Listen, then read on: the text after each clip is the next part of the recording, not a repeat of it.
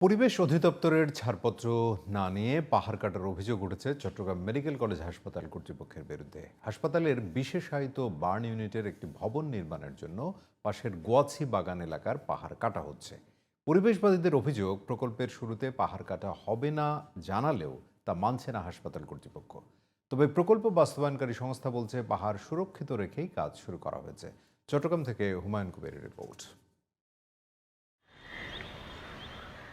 পরিবেশ অধিদপ্তরের ছাড়পত্র না নিয়ে পাহাড় কেটে বিশেষায়িত বার্ন ইউনিট ভবন নির্মাণের অভিযোগ উঠেছে চট্টগ্রাম মেডিকেল কলেজ হাসপাতালের বিরুদ্ধে।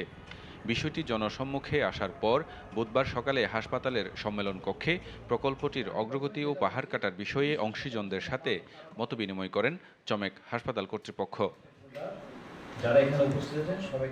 হাসপাতালের পরিচালক দাবি করেন, প্রকল্পের ভূমিধস এড়াতে পাহাড়ের কাঠামো পরিবর্তন করা হয়েছে।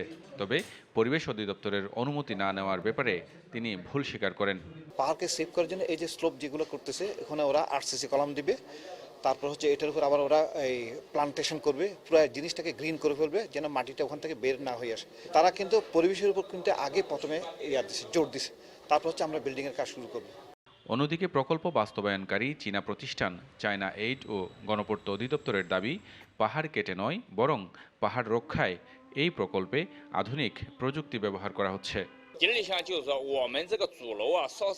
সয়েল নেইলিং করে কিভাবে ওনারা এই কাজটা করতে পারে, সায়েন্সটা এটা টেকনোলজিটা উত্থাপন করছে এবং তারপর ওনারা এই জিনিসটা চিন্তা করছে। এই জন্যই পাহাড়টা জাস্ট ড্রেসিং করে এরপরে এটার উপরে কলাম স্ট্রাকচার করে এটার উপরে ঢালাই দিয়ে এমনকি আবার মাটি দিয়ে ঘাস রোপণ করে দিবে, যাতে এই পাহাড়টা ধসে না আসে এবং এখান দিয়ে ড্রেনেজ সিস্টেম থাকবে।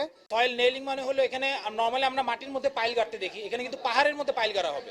পাহাড়ের মধ্যে পাইল গেড়ে পাহাড়টাকে টোটালি কিছু কলাম বিম দিয়ে এটাকে ধরে রাখা হবে, মানে কোনোভাবেই পাহাড়টা আর স্লাইড করে পড়বে না। উচ্চ আদালতের রায় ও নির্দেশনা অনুসরণ করে বার্ন ইউনিট কার্যক্রম পরিচালনা করার দাবি জানিয়েছে পরিবেশবাদীরা। যে কোনো প্রকল্প কাজ শুরু করার আগে ইআইএ করতে হয়, ওনাদের ইআইএ নেই। এটা শুনে আসলে আমরা একটু আপসেট হয়েছি।